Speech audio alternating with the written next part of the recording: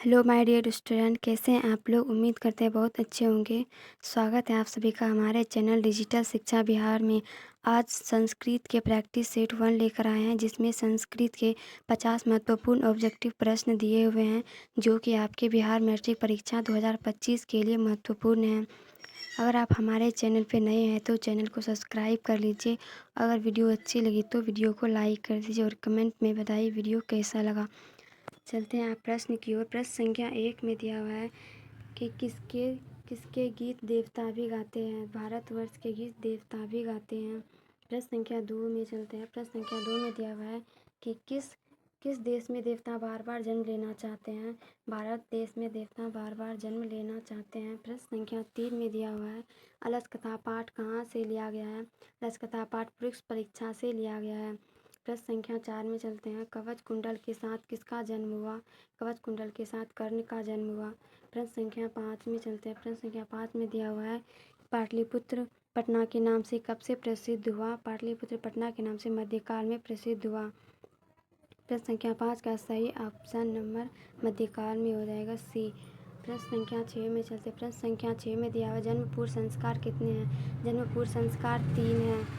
प्रश्न संख्या 7 में चलते हैं। प्रश्न संख्या 7 में दिया हुआ है कि पटना नगर की पालिका देवी कौन है। पटना नगर की पालिका देवी पटन देवी है। प्रश्न संख्या 8 में चलते हैं। गंगा देवी का समय क्या है। गंगा देवी का समय 14वीं सदी है। प्रश्न संख्या 9 में चलते हैं। प्रश्न संख्या 9 में दिया हुआ है किस भाषा की वाणी को लेखक प्रणाम करता है।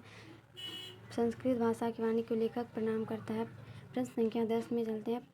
स्वर संधि के लेखक स्वर संधि के कितने भेद होते हैं। स्वर संधि के 5 भेद होते हैं। Option number C. प्रश्न संख्या 11 में चलते हैं। जगत धन इस संधि क्या होगा। जगत धन इस संधि जगदीश होता है। प्रश्न संख्या 12 में चलते हैं। प्र उपसर्ग के योग से कौन सा शब्द बनेगा। प्र उपसर्ग के योग से प्रवेश बनेगा। प्रश्न संख्या 13 में चलते हैं। उपनिषद किसका सिद्धांत प्रकट करता है। उपनिषद दर्शन का सिद्धांत प्रकट करता है। प्रश्न संख्या 14 में चलते हैं। भारत भूमि का गान कौन करता है। भारत भूमि का गान देवतागण करते हैं। प्रश्न संख्या आगे की ओर चलते हैं। नीति श्लोका पाठ में कितने श्लोक हैं। नीति श्लोका पाठ में कितने श्लोक हैं। नीति श्लोका पाठ में 5 श्लोक हैं। चलते हैं आगे की प्रश्न की ओर। आगे प्रश्न 16 नंबर में दिया हुआ है विदुर नीति के रचनाकार कौन है। विदुर नीति के रचनाकार वाल्मीकि जी हैं। प्रश्न संख्या 17 में चलते हैं।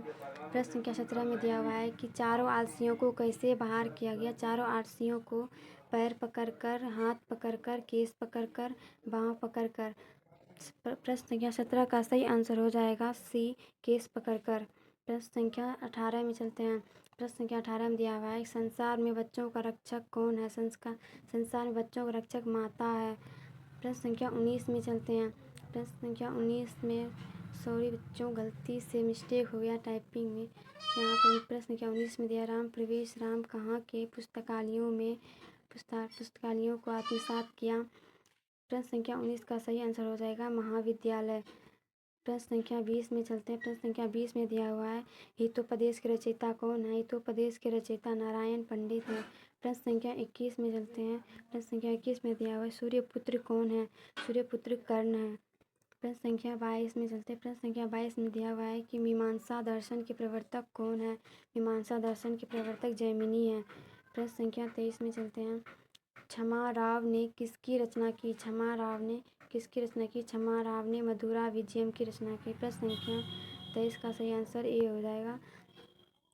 प्रश्न संख्या 24 में दिया हुआ है कि गार्गी किनके सभा में विदुषी थी। गार्गी जनक के सभा में विदुषी थी। प्रश्न संख्या 25 में चलते हैं। प्रश्न संख्या 25 में दिया हुआ है शिक्षा संस्कार कितने हैं। शिक्षा संस्कार 4 हैं। 25 का सही आंसर 4 हो जाएगा। प्रश्न संख्या 26 में चलते हैं। प्रश्न संख्या 26 में दिया हुआ है स्वामी दयानंद के गुरु कौन थे। स्वामी दयानंद के गुरु महानंद, विरजानंद, कबीरदास, शंकर। इसमें से सभी सही आंसर हो जाएगा बिरजानंद। स्वामी दयानंद के गुरु बिरजानंद थे। प्रश्न संख्या 27 में चलते हैं। गुरु गोविंद सिंह का जन्म कहाँ हुआ था। गुरु गोविंद सिंह का जन्म पटना में हुआ था। प्रश्न संख्या 28 में चलते हैं। प्रश्न संख्या 28 में दिया हुआ है कि स्वामी दयानंद के बचपन का नाम क्या था। स्वामी दयानंद के बचपन का नाम मूल शंकर था। 29 प्रश्न संख्या 29 में दिया हुआ है दृक्षिति का मूल धातु क्या है। दृक्षिति का मूल धातु ऑप्शन संख्या डी दृश्य होगा सही आंसर। प्रश्न संख्या 30 में चलते हैं। प्रश्न संख्या 30 में है महानगरम में कौन सा समास है। महानगरम में कर्मधारय समास है। प्रश्न संख्या 30 पूरा हो गए। 30 प्रश्न हो गए। अगर आपको वीडियो अच्छी लग रही है तो वीडियो को लाइक करें। चलते हैं आगे के प्रश्न की ओर। प्रश्न संख्या 31 में दिया हुआ है कि विधान चंद्र राय कौन थे।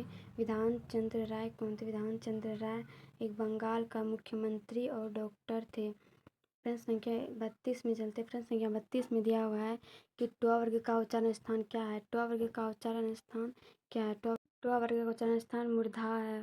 प्रश्न संख्या 32 का सही आंसर डी हो जाएगा। चलते हैं आगे के प्रश्न की ओर। कुंती पुत्र कौन है। कुंती पुत्र कर्ण है। प्रश्न संख्या 34 में दिया अच्युत राय कहाँ के राजा थे। अच्युत राय विजयनगर के राजा थे। सही आंसर डी हो जाएगा। 35 में चलते हैं। वाराहमिहिर द्वारा रचित कौन सा ग्रंथ है। वाराहमिहिर द्वारा बृहत संहिता ग्रंथ रचित है। चलते हैं आगे के प्रश्न की ओर। आगे में दिया हुआ है कि मेगास्थनीज पटना किसके समय में आए थे। मेगास्थनीज चंद्रगुप्त मौर्य के समय में पटना आए थे। ऑप्शन नंबर सी हो जाएगा सही आंसर। प्रश्न संख्या 37 में चलते हैं। प्रश्न संख्या 37 में दिया हुआ है वाराहमिहिर द्वारा रचित कौन सा ग्रंथ है। ये दोनों एक ही प्रश्न, इसका भी सी आंसर हो जाएगा। प्रश्न संख्या 38 में चलते हैं। 38 में दिया हुआ है कनश्य दानवीरता पाठ के रचनाकार कौन है। कनश्य दानवीरता पाठ के रचनाकार भास हैं। Option A number A. प्रश्न संख्या 39 में चलते हैं। भीखन टोला से कितनी दूर पर प्राथमिक विद्यालय था। भीखन टोला से एक कोस दूर प्राथमिक विद्यालय था। प्रश्न संख्या 40 में चलते हैं। बाघ हाथ फैलाकर क्या दिखाता है। बाघ हाथ फैलाकर स्वर्ण कंगन दिखाता है। प्रश्न संख्या 41 में चलते हैं। 41 में दिया हुआ है पथिक कहाँ फंस गया। पथिक कीचड़ में फंस गया। चलते हैं आगे की ओर। प्रश्न संख्या 42 में दिया हुआ है अलसशाला में आग लगने पर भी कितने लोग नहीं भागे। अलसशाला में आग लगाया गया नियोगी पुरुष द्वारा। वहाँ पर सारे धूर्त आलसी भाग गए पर 4 असली आलसी नहीं भागे। 4 आलसी नहीं भागे। चलते आगे की ओर। प्रश्न संख्या 43 में दिया हुआ क्षमा किसे मारता है। क्षमा किसे मारता है। इसका सही आंसर हो जाएगा बी क्षमा असत्य को नहीं मारता है। चलते हैं आगे की ओर। प्रश्न संख्या 44 में दिया हुआ है कि बहुव्रीहि समास का उदाहरण कौन सा है। बहुव्रीहि समास का उदाहरण है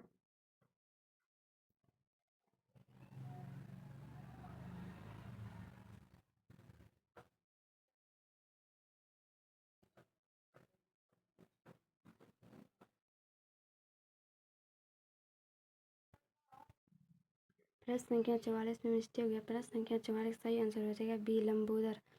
लंबोदर बहुव्रीहि समास है। प्रश्न संख्या 45 में चलते हैं। 45 में दिया हुआ है भारत के उत्तर में कौन प्रहरी की तरह विराजमान है। भारत के उत्तर में हिमालय प्रहरी की तरह विराजमान है। प्रश्न संख्या 46 में चलते हैं। प्रश्न संख्या 46 में दिया हुआ है बिना बुलाए कौन आता है। बिना बुलाए मूर्ख आता है। चलते हैं आगे की ओर। 47 में है मंदाकिनी नदी किसके तालाब के समान दिखाई पड़ रहा है। मंदाकिनी नदी विष्णु तालाब के समान दिखाई पड़ रहा है। चलते हैं आगे की ओर। प्रश्न संख्या 48 में दिया हुआ है अलस कथा पाठ के रचयिता कौन है। अलस कथा पाठ के रचयिता विद्यापति जी हैं। प्रश्न संख्या 49 में चलते हैं। प्रश्न संख्या 49 में दिया हुआ है एक देश एक दूसरे को क्या देखकर जलता है। एक देश एक दूसरे के उत्कर्ष को देखकर जलता है। प्रश्न संख्या 50 में चलते हैं। प्रश्न संख्या 50 में दिया हुआ है अधि उपसर्ग से कौन सा शब्द बनेगा। अधि उपसर्ग से अध्यात्मक शब्द बनेगा। अधि उपसर्ग अध्यात्म से इसका 50 का सही आंसर हो जाएगा बी। 50 प्रश्न पूरे हुए। उम्मीद करते हैं आपको वीडियो पसंद आई होगी। अगर आपको वीडियो पसंद आए तो वीडियो लाइक करें।